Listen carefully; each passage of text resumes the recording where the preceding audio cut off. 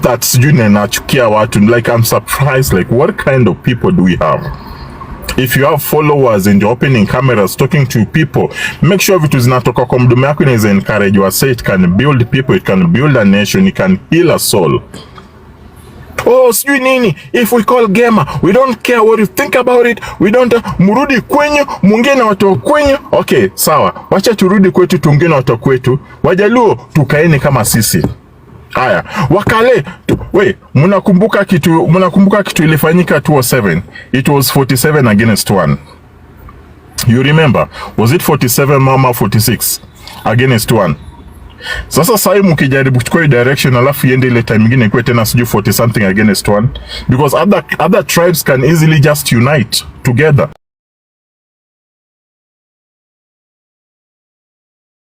Hello guys, it's your girl Patience Status. Welcome and welcome back to my YouTube channel. If it's your first time here, make sure you hit the subscription box and put on the notification bell so that you don't miss any time I post a new video. Remember, I'm the queen of online gossip. So welcome to today's video. Don't forget to give it a like and leave a comment on the comment section. Well for them.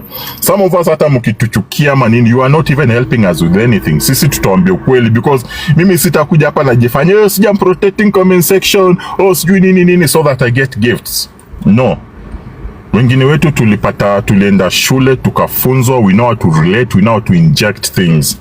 So we don't even need your help. Tutaambia ukweli. Wewe hapata hata jono juu, hata 10 bob ya sukuma juu utapata aje? Unaenda kusikiza Mbanya, umomba bundles, unaenda kusema gamer for gamer. Someone who stays on social media from morning to evening, the whole night ako kwa TikTok injecting gamer for gamer. Can't you reason? Can't you just reason? I was having a conversation yesterday with one of my Kikuyu friends here on TikTok. Alikuwa anacheka mpaka ananiambia watu wetu kama wamepotea. Unaona? So guys, listen up. Even for Githaiga himself, and you know Githaiga kotuna ile nyege, like Githaiga kuna this crazy nyege of followers. He wants to join politics, you know. And tumefika an era whereby anybody ana join to politics, be it a danderhead, being a every Tom, Dick and Harry wanataka tu kujoin siasa. Wanajoin siasa kwa sababu wamejua ni wakora, wataenda kufanya ukora mingi huko na watakuja kupata pesa. And that's why we will never get leaders wenye wanaweza kuja kubadilisha hii nchi. We will never. So imagine someone like Githaiga is going to be your leader. Probably atakuwa MP. Unaelewa? It's not that sijui nachukia watu. Like, I'm surprised, like, what kind of people do we have? If you have followers and you're opening cameras talking to people, make sure vitu zinatoka kwa mdomo yako inaweza encourage you. Say it can build people, it can build a nation, it can heal a soul. Oh, sijui nini, if we call gamer, we don't care what you think about it, we don't, murudi kwenyu, muongee na watu kwenyu. Okay, sawa, wacha turudi kwetu, tuongee na watu kwetu. Wajaluo, tukaeni kama sisi. Haya, Wakale, mnakumbuka kitu ilifanyika 2007? It was 47 against 1. You remember? Was it 47 mama 46 against 1? Sasa sai mkijaribu kuchukua direction alafu iende ile time nyingine kwa tena siju 40 something against 1, because other tribes can easily just unite together. Wajaluo washikane na Waluya, washikane na Wakale, washikane na Wasomali, washikane siju na wakina nani.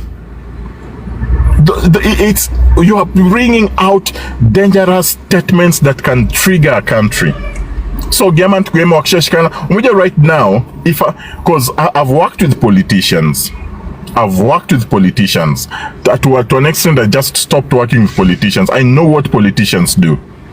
The kind of statements munasema hapa kwa TikTok inaweza tumika kuumiza the gamer community.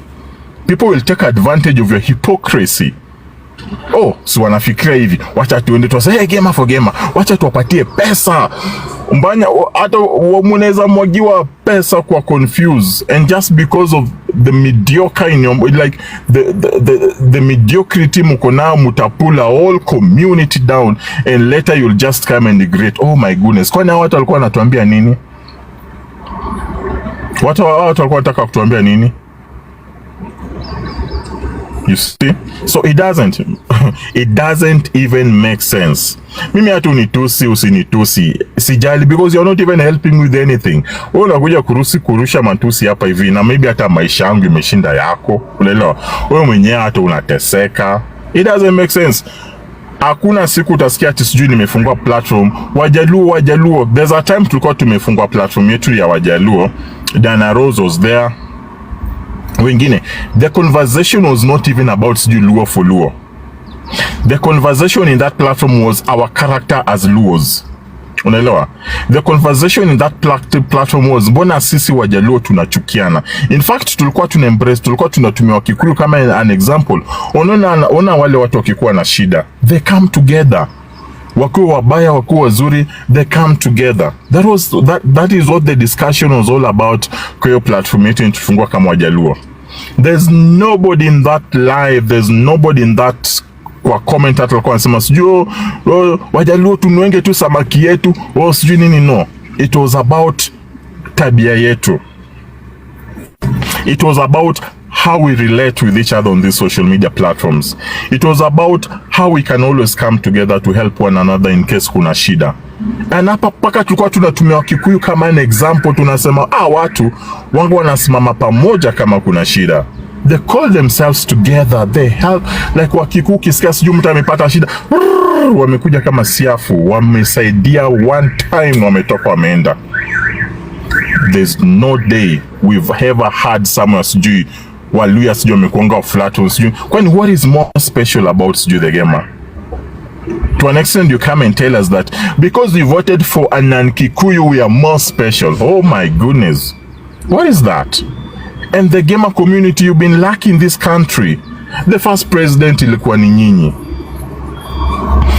The third president ikakuwa ni nyinyi. The fourth president ikakuwa ni nyinyi. How lucky have you guys been? Kwani sasa au mama presidents wenye alichaguliwa walikuwa wanachaguliwa tu na the gamer community? Let's be factual sahi. Let's be factual to reason. Ama president wenye walikuwa wanachaguliwa like Jomo Kenyatta alichaguliwa tu na the gamer community. Mwai Kibaki, sasa unani anapandisha watu kwa guest kama nina inject? Atakuja baadaye tafadhali moderators. Watakuja baadaye.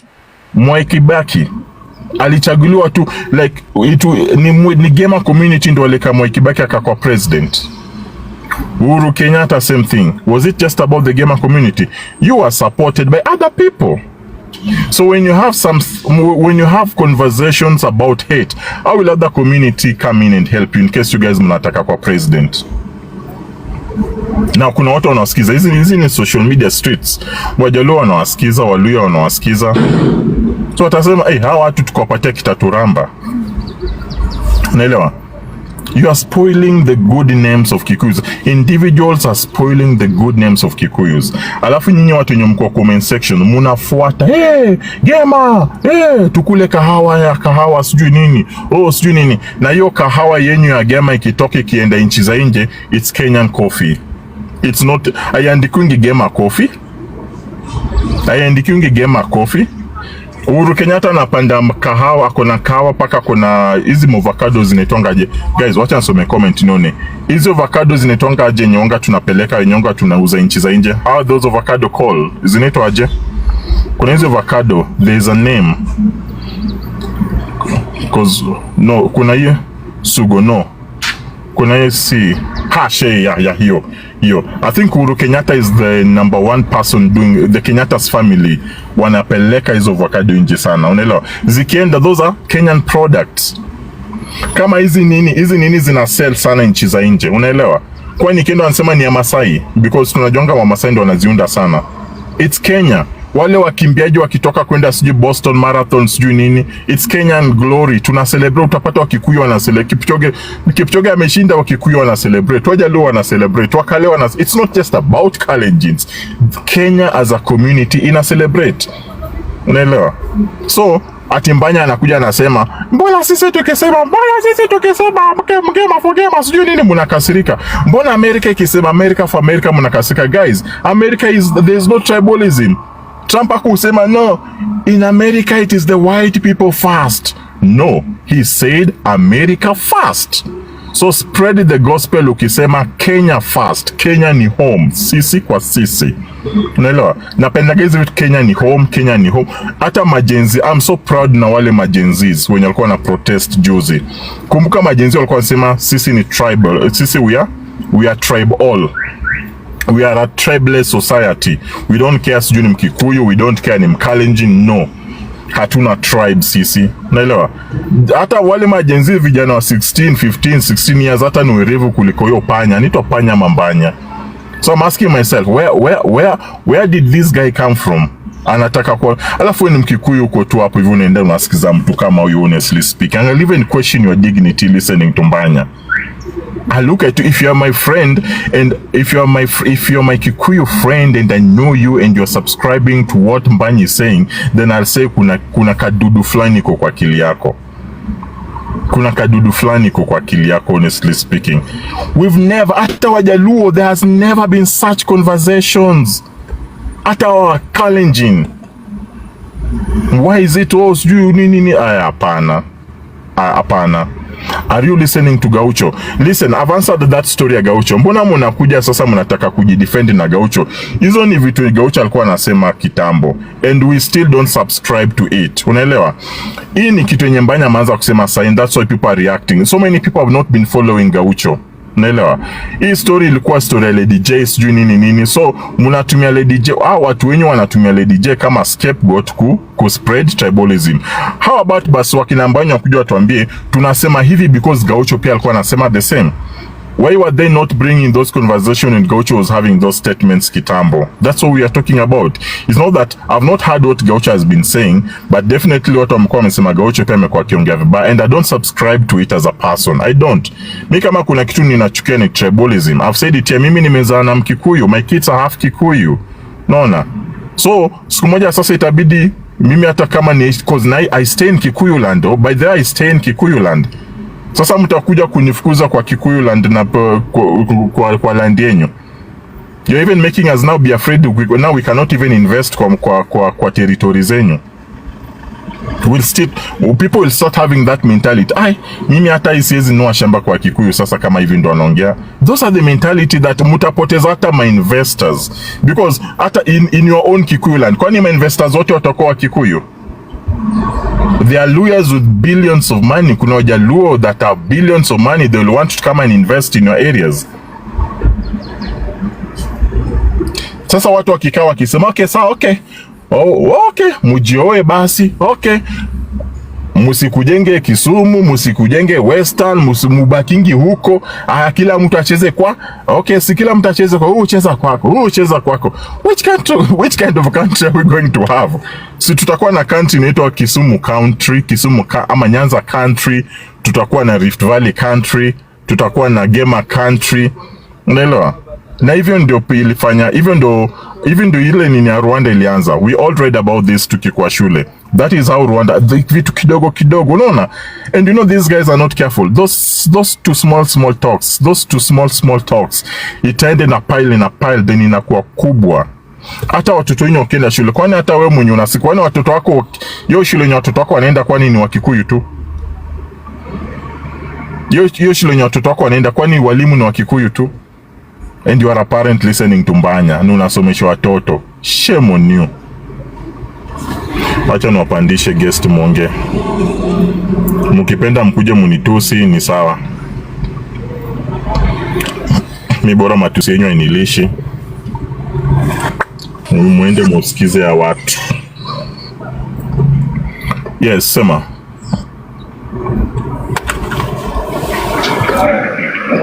Anita, ulipanda hapo, ulikuwa unataka kuongea. Now it's your chance to shine.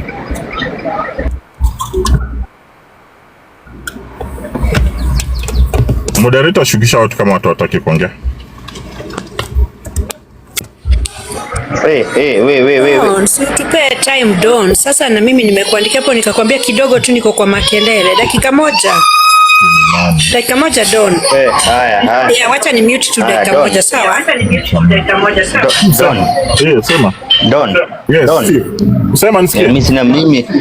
Mimi my problem is one, not that sisi ati tuko msisema wa Kikuyu they are very tribal. When umesema ujiga watch, I can just escalate that problem. Nisema wakati alikuwa anasema hivyo, nobody I can guarantee you watu walisikia. Kuna mtu we are not saying hiyo maneno. You people said Steve, listen. Hakuna watu walimkosha na kama ni mbaya. Nobody said wa Kikuyu ni tribal. We said stop listening to a few Kikuyus who are creating tribalism ili nyinyi wote mkuwe tribal.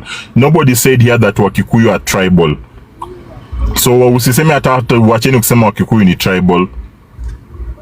Because nobody said wa Kikuyu. So usiseme hata wacheni. Endelea.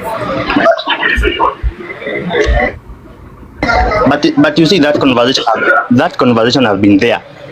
Watu wamekuwa ingia TikTok what that have been the conversation going all around. Watu wanasema wa Kikuyu you are tribal. Imagine singing wewe kuimba tu wimbo ya Kikuyu, kuimba tu a Kikuyu song, unaambia you are tribal. Mnataka tuimbe what song do you want us? Na hiyo wimbo ndio tunajua since we are young. Tumekuwa you're losing the point.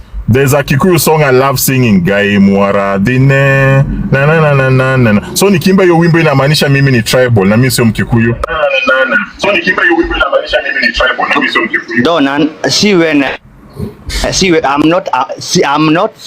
wewe na direct kwa hii point. There are people ambao wamekuwa kusema hivyo. Enda ingia kwa live za watu, unasikia watu kusema hivyo. Watu wakisema watu wanapenda kuimba nyimbo zao, surely is that tribalism? Nasema that is tribalism. Ukiimba wimbo yako ya Kijaluo, does that make you a tribal? Sincerely speaking, history ya tribalism imeanza saa, imekuwa since some years back. Wanasema Wakikuyu wanajipenda sana, they love haya Isaac. Chalo icha kama microphone. Okay. Ile kinafanya endelea Steve, ama Steve amemaliza? Don, nataka kuongea. Achukua mic. Yeah. Sasa niulize, mbona Kikuyu are so defensive on this? Mimi ni ngema mwenye siko Kenya. I want to give an example. There is a time nilienda Greece. And I had we were a group and we had a problem. There are things that we wanted to buy and we could not do our own. Do you know, we were just saying, can we see a black person? I would do that. I want to see a Kamba, I want to see a Kuyu, I want to see a Luo. We were looking for just a black person. Then you just want to feel that you are home. If you guys understand what it means to have your brother or to have your sister, mutacha yu ujinga mko nayo. Very true. When you are home, you don't treasure your country, you don't treasure your people. Panda ndege utoke Kenya, ndio you will treasure iyo upuzi mko nayo, sijui ya ngema, ndio mtajua iyo ni upuzi mko nayo. Because being a Kikuyu, being a Kamba, being a Luo, does it hurt anything? Kukufa ni ile, utatupa tuteke like another person. Utazikwa like another person. Na kwa nini ikue ni Kikuyu? Kwani ngema it's a group of different zinaitwaje groups. There is Kamba, there is Embu, there is mbona tu wa Kikuyu ndo wana feel like they are ngema. Mount Kenya, it is called Mount Kenya, not Kikuyu Mount. It is Mount Kenya. It is in Kenya. It is a property to every Kenyan. Whether you are a Kikuyu, whether you are a Luo, you are entitled to have that mountain as something that is in your land. The same as Lake Victoria. Good.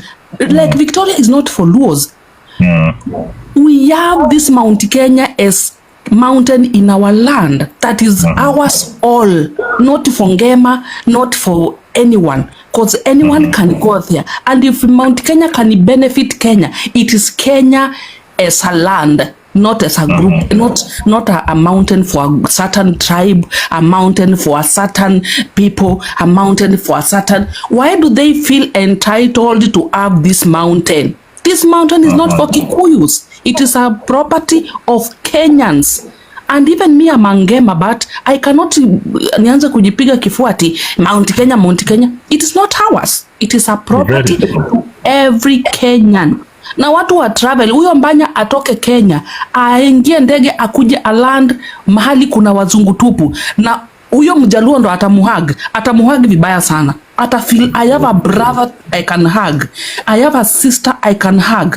Hiyo ujinga itamtoka kwa kichwa ya kusema ati nunua kwa Mkikuyu, nunua kwa Mkenya. When you are away from home, you hug any other black person because you feel with this black person you are safer. More than you puzi watu wako nayo. Mbanya itabidi tumtakie pesa, tumtafutie visa enda hata US, Germany. We are away from home, and when we see these things happen, we cry because we don't know after this where are we going to. We have people that are in Kenya. We have parents, we have cousins, we have uncles, we have people. Not even uncles, even you, Don. When you have a problem, you are my brother. I don't know mwenye nimeacha Kenya. Mama yangu akianguka sahi niko mbali. Maybe you are the person mwenye atainua mama yangu ampeleke hospitali and then tell me send money. Your mother is in hospital. Hata sai Ella ami Naivasha, there's a client nilipata pa TikTok ako Europe. Kuna kazi tunafuata naye, I'm supposed to be building them an apartment in Naivasha, and that is a Kikuyu. Naona amenipatia mimi kama Mjaluo, mbona kutafuta Mkikuyu mwenzake? We should stop. Honestly, hata kama Lady Jacqueline aliua nani ama alifanya nini, people, let's stop. Please, let's stop. We are Kenyans. Kenya is Kenya. Hakuna story Wakikuyu wenye wameolewa kwa Wajaluo so wafukuzwe. Kama mimi nimezana Mkikuyu. My 2 kids are half Luo, half Kikuyu. Wakamba wenye wako Ujaluoni wauliwe. Waluya wenye wako Ukambani wafukuzwe. In fact, me I'm a product of a Luya. I've cast of Kamba and Hembu. My brother is married to a Luya. Another brother is married to a Mbere. So mimi nikikuwa tribal ndaenda wapi? Niko na Mluya kwa damu, niko na Mkamba kwa damu, niko na Mbere kwa damu, niko na Mkikuyu kwa damu. So if I start to be a tribal today, where do I go? Nowhere. Kila mtu anikate, kila mtu anikate, kila mtu aende na nafasi yake. Wewe enda waiko kwa Kamba, iende huku. And people stop this nonsense they are doing. Lady Jacqueline is a person. Githaiga is a person. Huyo mwingine Mbanya is a person. Mtu kama akona differences zake yeye ndo anajua kwa nini akona hizo ujinga akonazo. Aende ajifikirie. Sasa zile unasema ati usinunue kwa Mkikuyu, what do you mean? Usiende kwa Wakikuyu, what do you mean? We have kids. Hawa watoto wana mingle every day. Ebu imagine mtoto wangu sahi ajue yeye ni Mkikuyu na alisikia kwa TikTok Mjaluo asiingiane na Mkikuyu na wote ni Mkikuyu na Mjaluo aumize mwenzao. Even in school they mingle with kids from different walks of life. So walimu wako wametoka kabila yote, unaelewa? And I'm wondering, apartments mingi zenye ziko Nairobi ni za Wakikuyu, Wajaluo ndo wanaishi ndani. So wafukuzwe. True. Biashara mingi ni za Wakikuyu, Waluya, Wajaluo, Wakamba ndio wananunua. So tuache kununua. Hawafikiri. Sisi tumezaa na hao Wajaluo, tumezaa na Wakamba, tumezaa na Waluya, tuko na different fathers na si kupenda kwetu ni venye iko. So tuue watoto. Don, simupea mtu mwingine mic, kwani mtaongea tu nyinyi wawili. Someone else to pick Mudare, mwingine achukue mic karao, wala tupe mwingine mic. Hey, let's say something. My brother Don, you have spoke a lot, and I really appreciate your energy. For me, I normally do understand the Kikuyu very, very well because nimekuwa raised na Kikuyu from Kiambu, and when Mbanya spoke, ilini hit deep down, nikashindwa seriously. Tumekuwa tukimove away from the tribal line, na sasa kuna mtu amerudisha tribal, anza kurudisha this mafikiria, whereby mimi nashindwa sana when I'm in Oxford, I meet with Kikuyus, tunaongea poa, tunachat fiti. Nikirudi home nakutana na mtu mwenye even ajai travel, sijui mentality yake, sijui hata kama alienda shule, the level of his education. Kama kuna mtu anaweza fika pale aanze kurudisha watu kwa the tribal line, in which these people also They forget that even us, even if we are not the Kikuyu, we understand this language very well. You can never lie to us. We understand everything when these people speak. We normally mingle with these people. Hata ukienda hiyo mkutano wa gamer, sisi tuko hapo. When they say that they are calling it gamer community, we are there with them. We normally support them. We normally pay everything. Now kuna mtu ameshaijua ati these people, they are not from this region. We see even Luos just jumping in, going to the gamer festival, everything we do them together. But sahi pali imefika pali unapata mtu anaongea na mdomo yake anasema Wakikuyu waangalie watoto wa Kikuyu na wasiangalie kabila zingine. Mimi mwenyewe paka nashindwa sana. Mimi pande kwangu mimi kitu iliniuma sana. Paka mimi nikauliza, sisi leo tukiamka tuseme tusinunue mchele yao, tusinunue hiyo mgomba yao, where will they take those their food product? Where will it go? This is very shameful. Thank you, bro. Sawa, asante sana. Someone else to take the mic. Kuna mwenye anakuuliza captain, uko Oxford. Greetings from inaitwa aje? Kuna mtu mwenye ako same country na wewe, Libra. Mwingine achukue mic. Someone else to take the mic. The guest is full. Yeah. Yes, achukua mic. Hello guys. Yes, karibu. Nilikuwa nataka kuongea kuhusu historia ya game kidogo tu. It seems hii kitu inauma watu wengi sana, asiati kwa hivyo tribal. Wanigausha wanaongea kuhusu tribal, hiyo mnasema mjasikia cha mkiona hiyo video. Lakini ya Githaiga kidogo hapa kama imeuma kila mtu. So tuseme sisi yani watu kuungana, hiyo ni crime kwa hii Kenya. Yani ni kama Kikuyu wamekuwa refugees kwa hii Kenya.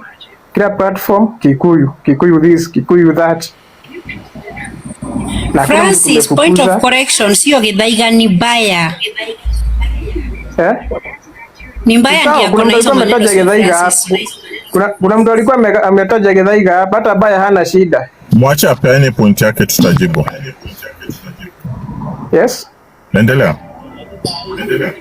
Ya ndo nasema kwani kuna shida yote watu kusema acha tuungane tu support hivi ama hivi? Kuna shida iko hapo kweli? Na kuna mtu tumesema tuko against another tribe. Hakuna kitu kama hiyo imesemekana.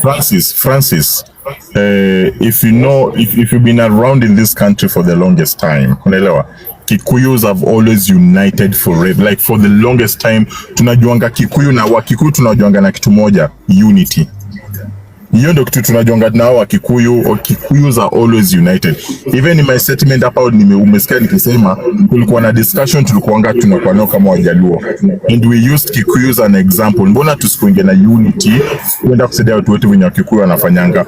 What we are against ni statements zilizokuwa zinasema kwa hiyo live, unaelewa? It is time kama wewe mnunue kahawa ya hii ya Gema, mfanye ya Gema, mna discredit hata kabila zingine, unaelewa? That is what we are talking about. There's nothing wrong kama Wakikuyu wanataka kuunite. Kikuyus have always united forever. Kama kuna watu wanajulikana hii nchi kwa unity ni Wakikuyu, and that is okay. Okay, na hii Gaucho umeisikia vile alikuwa anaongea? I've not listened to statements za Gaucho. We are addressing the things because okay, kwanza sikiza hiyo. Na nimesema hivi. Kuja msema Mbanya ni mbaya. No, listen, nimesema ya Gaucho kwanza.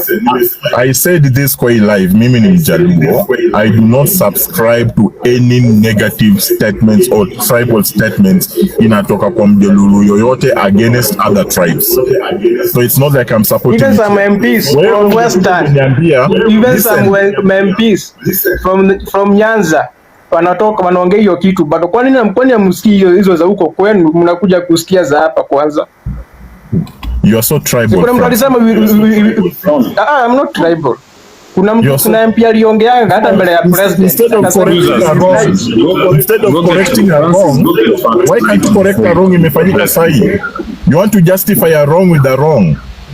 No, that gentleman is just being myopic and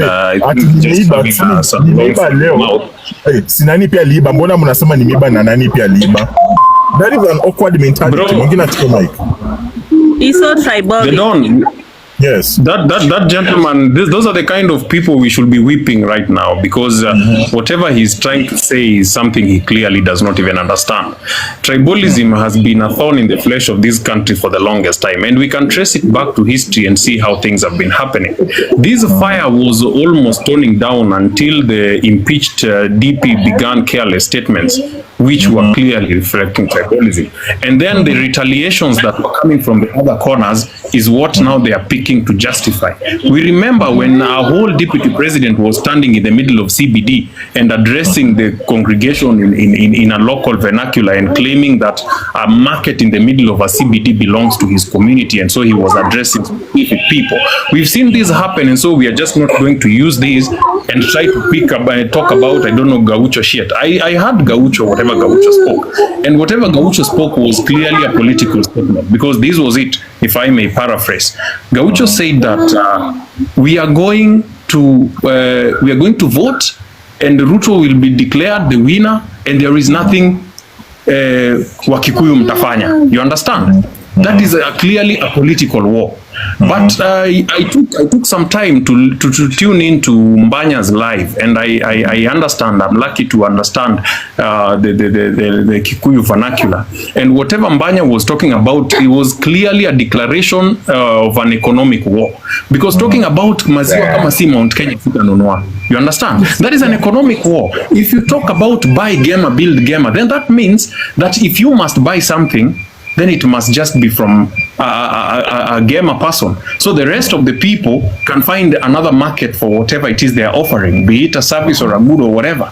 The rest of the people can do that. And this guy was properly de-whipping an audience of about 1,000 people talking about gamer for gamer. So if the others also begin such a narrative, we are going to be very, very honest with this. Because this narrative of tribalism, it is one of the ideas politicians use, divide and rule, all right? They are propagating this narrative through the same people, like Mbanya, so that we begin to fight, and then everybody's emotions will be whipped back to where they come from. The Luya people will begin to reason as Luya people. They will say hata kama ni mbaya lakini ni Mluya wetu. And this is what has been ailing our country, and we must condemn this in the strongest words possible. Whoever is here, if you are somebody, you're somebody who's tuning into such a conversation, and then you up your emotions and start talking about we are tribal. This war is likely to hurt the gamer more than any other person in this country. Because logically speaking, in this country, there is nowhere you will go that the gamer do not run a business. All right. Most of the rental properties and in the real estate industry, it is them who dominates. Most of our markets are dominated by them, and we appreciate them for that, because that's where God blessed them in. Some of the other communities have also been blessed differently. Just as I heard you mention about people like Kipchoge, if they go outside there, they are carrying a Kenyan flag. Every other Kenyan is celebrating them. You understand? If you talk about our Kenyan football, it's dominated by the Western people. Our football is dominated by Luyas and the Luyas. And we appreciate them. That doesn't make them any special than any other persons. And the moment we look at it from the lenses of appreciating people in the different ways they are able, and then build together as a country. Because look, we are having this language right here, and the politicians are not having it. The politicians are having a very different conversation in their own level. All right. So here we are beginning to fight each other, and people are whipping emotions in the name of we are Murima. You right? And looking at this thing, and we have to be very honest with it, to some of us it appears like there is a sense of entitlement. You understand?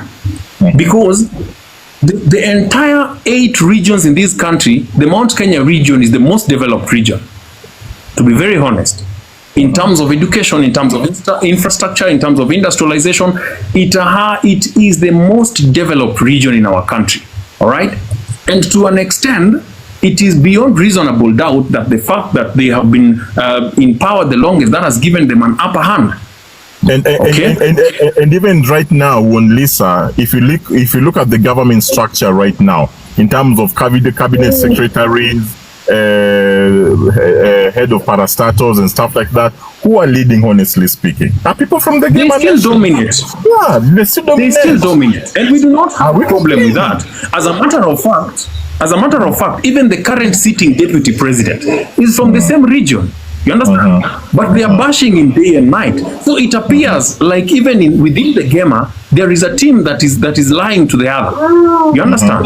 There is a specific part of Gema that feels even more entitled than any other part of Gema. Because look, if we begin to speak politically, I can tell you for sure that even Kalonzo and the Akamba are being dragged into Gema for the benefit of some other people. Kalonzo was a vice president for 5 years and he was deputizing a Mount Kenya president who was Mwai Kibaki. All right. What do the Akamba have to show that this is what our son brought, courtesy of deputizing a president from the Gema? One more minute, then you give the mic to someone else. Yeah. So as I summarize, I want us to be very honest and very candid with others. If the Murima people or the Mount Kenya people feel like this is the proper narrative, I can assure you everybody knows how to push it. And it will be pushed and it is going to hurt them more than any other person in this country.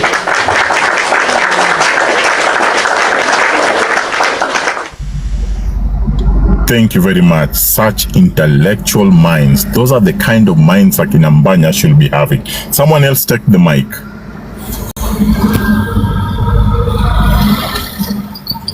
Okay. Habari zenu, mimi nitaongea kwa Kiswahili. Asante, karibu. Asante. So I think comment yangu itakuwa kwa ufupi. I think hii mambo yote imekuwa someone needs to mute. Kuna mtu inafaa mute. Endelea, wacha ni mute ninaingia sahihi. Endelea. Okay, so mi venye nimeangalia hii kitu, nimesikiza, nimefuatilia. Hii kitu haina maana yoyote kabisa kwa maisha ya Wakenya. Hata kwa hao watu wenye wanajiita ngema haina maana yoyote kwa wao. Because number one, wana blame Lady Jacqueline, na kwa kusema ukweli Lady Jacqueline ako na makosa. Na Lady Jacqueline kukuwa na hiyo makosa linafanya pia yeye anakuwa mwanadamu. Kuna mwanadamu ananga makosa. Na kila mtu angekuwa anakosolewa kwa njia yenye wanakosoa. Sasa unachukua mimi nimetoka tuseme Rift Valley, sasa nimekosea. Sasa mnaanza kusema watu wa Rift Valley. Hiyo inaonyesha kwamba nyinyi watu ambao hamjamachua kiakili. Mbanya alikuwa anafanya kazi mzuri na mimi nilikuwa namfuatilia. Lakini sasa hii kadi yenye ameanza hiyo kabila. Leo hata nilimwambia the same. I was so proud of him. Yeah, Mbanya alikuwa anafanya kazi mzuri kabisa. In fact mimi nilikuwa naenda platform yake na kana nasikiza na analyze siasa. Hivyo na anatuambia venye ground iko na ilikuwa mzuri. Lakini sasa hii kadi yenye tumeleta ya ukabila, watu wa Mrima, watu wa Ngema, sijui watu wa Lake, sijui nini, find the mountain. Hii yote, hii ni utoto, hii ni ujinga, hii ni upumbavu, na mtu mwenye ako na akili timamu anafaa asimame aseme hii hairuhusiwi. Nikiongelelea historia ya Gaucho, yenye nasikia kila mtu anasema Gaucho akisema amusemi, Western mkiongea amsemi, Nyanza mkiongea amsemi. Hakuna mtu yoyote ambaye ametoka Nyanza wa TikTok amekuja akasema Gaucho aliongea vizuri. Number one, Gaucho aliongea vibaya. Hiyo ni kitu yenye aliongea akiongoza hiyo timu alikuwa nayo hapo. Hakuwa anaongoza Wajaluo, hakuwa anaongoza Waluya, hakuwa anaongoza Wakisii. Yeye alikuwa anaongea juu maybe amepewa kitu. So tuwezi tumia statement ya Gaucho kusanitize ati sasa Wajaluo wamesema ama Waluya wamesema. Hapana. Kitu kingine, hakuna mtu mwenye saizi anataka Ruto.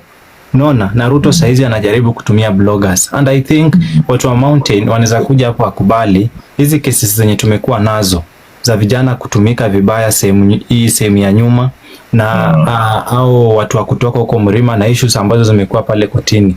Hizi cases zinaletwa na sio hawa watu wanaendea. Na kama hawa watu maybe ndio wameenda behind the scene wakaamua kutafuta njia ya kuua hii kitu ndio wasikuwa kianikwa, ni sawa. Lakini mimi kitu ningeomba watu wawili ama watatu wangejitokeza wakuje watuambie ya kwamba mimi nimeleta kesi yangu kutoka Nyanza, kutoka Western ama kutoka wapi, Lady Jacqueline na koti wakakanyagia, lakini wanasikiza za mlima. Anao for this reason. One minute to finish, then we have someone else achukue mic. Endelea bro. Okay. Na for that reason tunaweza sema ya kwamba ako tribal ama anataka kuangusha mlima ama kwa against mlima. Lakini kufikia saizi hatuna kesi kama hiyo. Na kama Lady Jacqueline amekosea kusema ame-invite Ruto, hiyo pia mimi sikufurahia.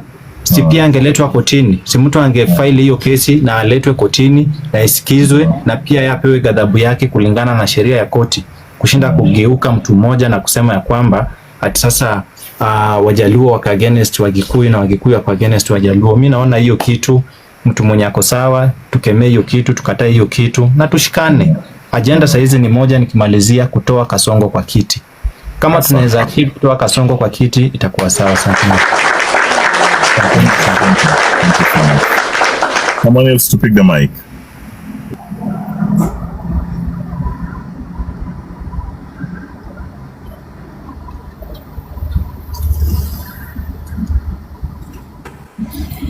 Wait. Poa sana. Hi everyone. Hello.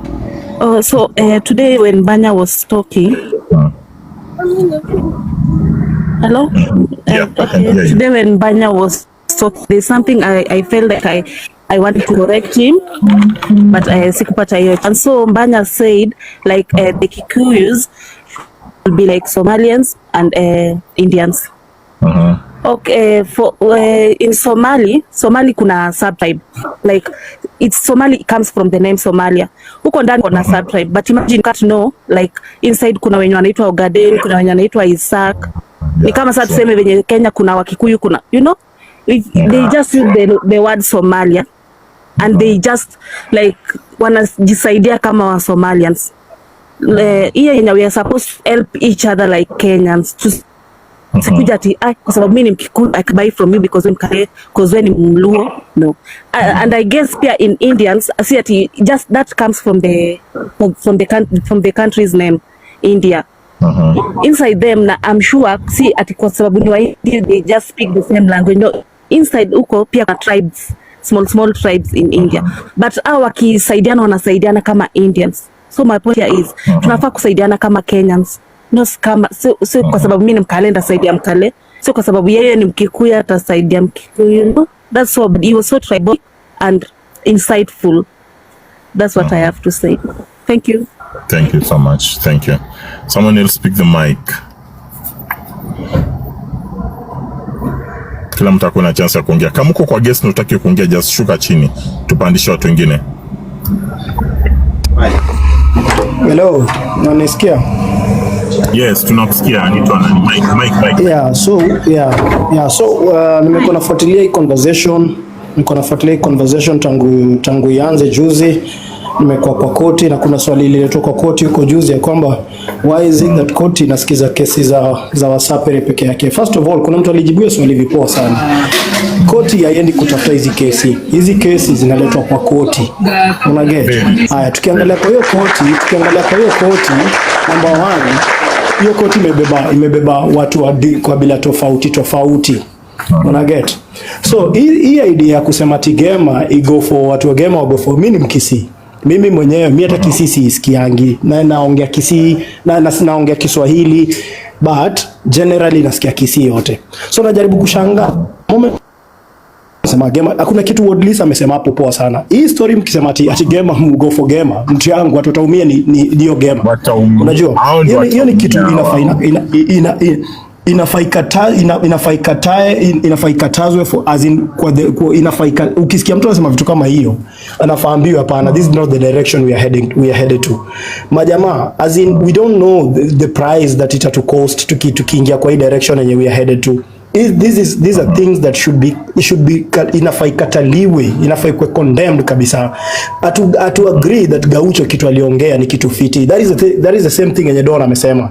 Don amesema hapa ya kwamba as in two wrongs don't make a right. Yeah, Gaucho alibonga ufala. At the end of it all, sijasikia mtu hata mmoja akiagree with the idea that Gaucho aliongea kitu fiti. Kila mtu amesema Gaucho hiyo kitu iliongea, hiyo ni kitu ufala. In fact hata ukienda kwa nini ya Truth Watchdog alisema Gaucho, mimi in fact mimi nataka tupatane mimi na wewe.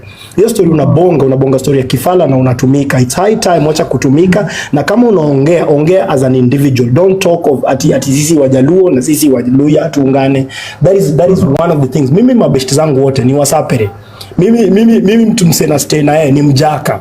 Na mimi nasikia fiti hata nikiongea Kiswahili ama nikiongea Sheng. Mimi madha ananiongeleshanga Kisii na mimi namjibu Kiswahili. The most important thing is tunaelewana. Una get? So hii direction tunaenda ati gamer for gamer. I think hiyo ati gamer by gamer.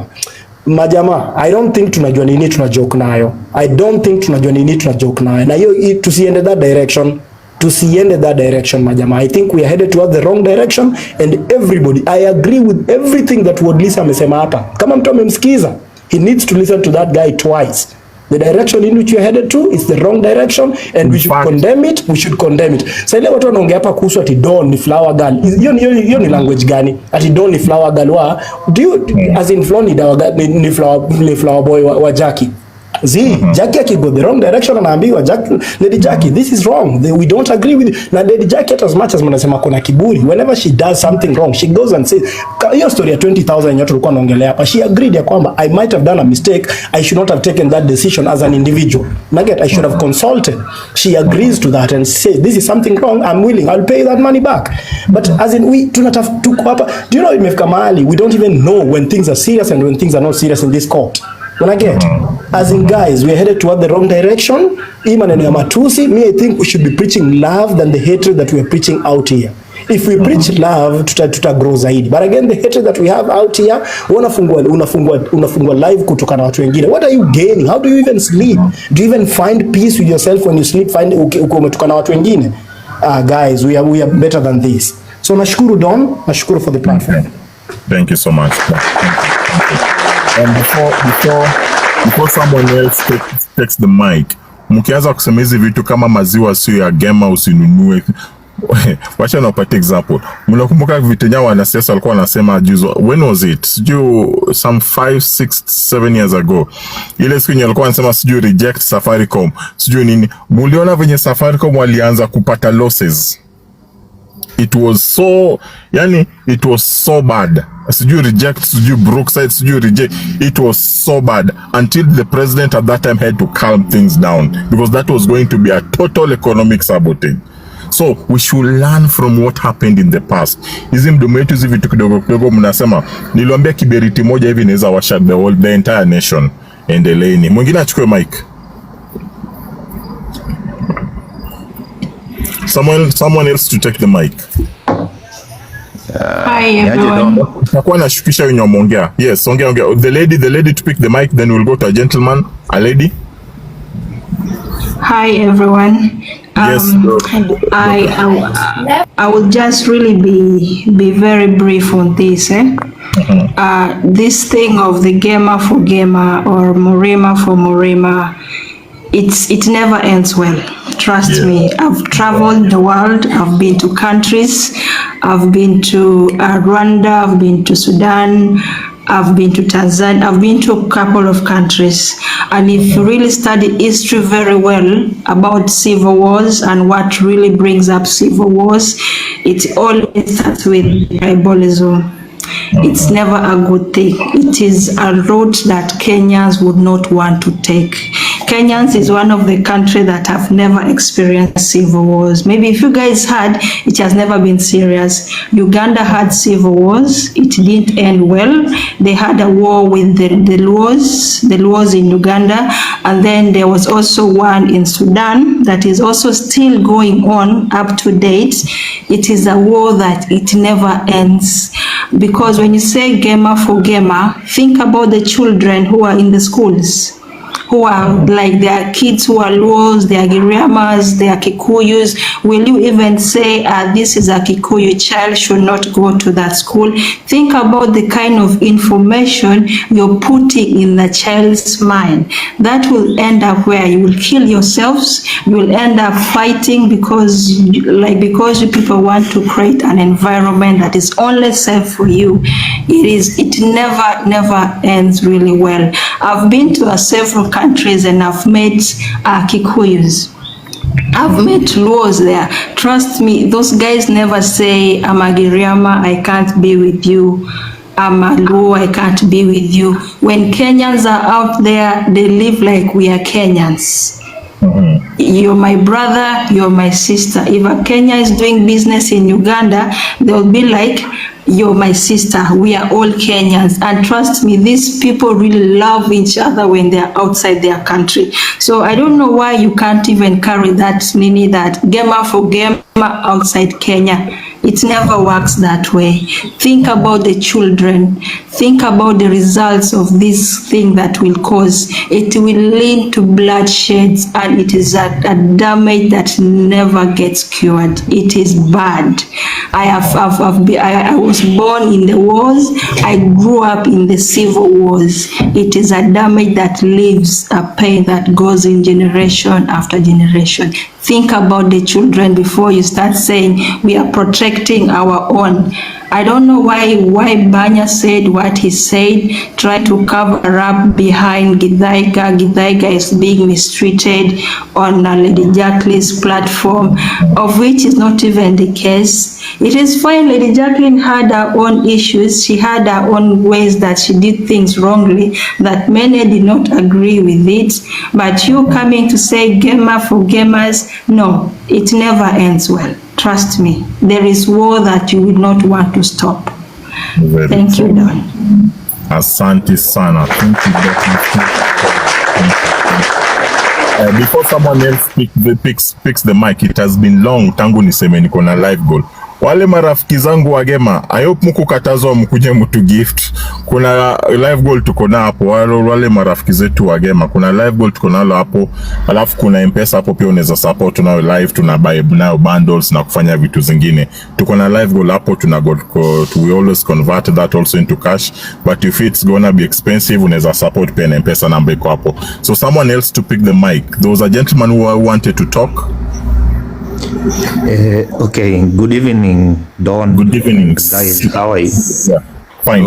I think I was following the conversation from Gaucho's speech, and I think what is happening in this country, you know, our forefathers, they had that hatred, but they never killed each other. They still came up together and dined together. But right now we are in a generation where, like, we are very tribalic. Like, if you see a Luo or a Kikuyu, you tend to hate them so much, not knowing that we are just human beings. Whatever Gaucho is trying to preach will lead to civil war. And we must say no to that, because that is where Kasongo will take. I really want to look for those videos za Gaucho. Zinaweza patikana hapa FYP. Yeah, you can get. I think I have one. Because, you know, Kasongo and the Raila, the so-called Raila, they are very opportunistic. If they see that, they are gonna start using that. And we are heading in a place where we are going to civil war. And if you look at the likes of Rwanda, what happened there before, it affects those guys up to now. So what I think, we should just say, you know, this Gema to Gema. If you look at the political background of Kenya, like we Luos, I am a Luo, we always vote to hurt the Kikuyu. Now, and the other time, this time also, the Kikuyus voted for Ruto, for to block Raila, not to get. And we are the ones who are suffering. Those people are not suffering. Look at them now. They are together. They are together. They are together. These people are never enemies. That is what we need to know. These people are never enemies. For example, look at now in the hospital, look at the likes of SHA. It is a scheme where you pay, and when you go to the hospital, you are being told it's not working, your money is gone. And then they come to the news, they say, we are united, we are working against that thing. Now, I think it's high time for us Kenyans, we just need to wake up. Let us leave this tribalic thing outside. Let us just forget about it. Forget Amalua, Makikuya, Makalenjin. If we want this country to head to a good state, we should just come together and work as one. If we want that guy to go 2027. But whatever Mbanya said, he was just mad, I think. You know, gamer for gamer, I don't know, it's gonna affect them mostly. That is what I think, because you just mentioned when we were told to boycott Airtel, Safaricom, you see all those losses that were encountered. That is where we are going to. Unaona, if me Amalua is here, if a Kikuyu has a shop, I'm not going to buy there. Unaona, not knowing that it's gonna affect the economy as a whole. So I think we should not be tribalic. We should just put these things asunder. Even if I'm supporting who it's high time to jishike mkono. We do the right thing. I think that is what I can say. Asante sana. Kuna mtu Murima nimeona amenitumia one bomb. Wewe nani unakuja na echo? Uko na echo, Steve? The Don. Yes, Gloria. Gloria, let me talk for 1 minute. Okay. Nilisikia wakisema ati Jewish people, Israeli people, ati they are very, ati walisema wako nini, kuna kitu walisema huko nikiwa kwa live yao. Their money always rotates around them fast. That is a lie. That is a lie, because we're doing businesses with currently at the moment we are constructing roads, very powerful roads. And guess who are those people building the roads? There are people from, contractors are from China.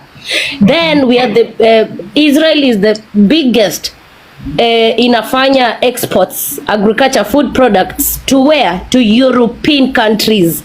Na kama sisi ni watu wabaya tu, ati pesa yetu ina rotate Israel peke yake. Why did USA, Kenya always supports Israel?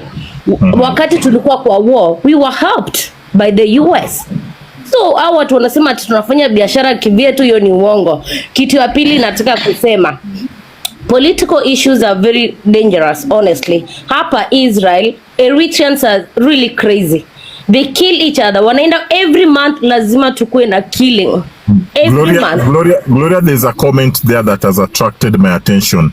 Why is it that they drop Gloria in their platforms every time she speaks? Wako hivyo, achana na wao. Mimi najali. I don't care. So, you speak the truth. Sitaki kujua, hiyo ni shauri yao. So, mimi sasa naona kila siku, every month lazima tukue na killing mbili. It's either Sudan or Eritreans, but mostly it's Eritreans. Mpaka government imeamua they want to pay them to go to Canada, to go to other countries. Unaelewa?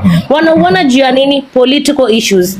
Watu tukienda kwa club kukunywa, these Eritreans wanaanza kuongea mambo ya politics, because I don't know, they don't like their leaders, they like their leaders. Kuna watu, unajua kuna kila mtu akona opinion. They end up wanatembenga na visu, they end up killing themselves because of someone who is a governor, or who is an MP, or who is a president in Eritrea, na yeye akuku Israel.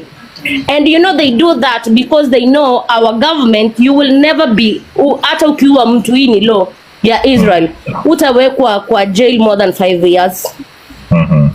According to the law of Israel, ukiua mtu utekwa ndani tu for 5 years, and that is like 2.5 years, na unatoka tu, they don't care.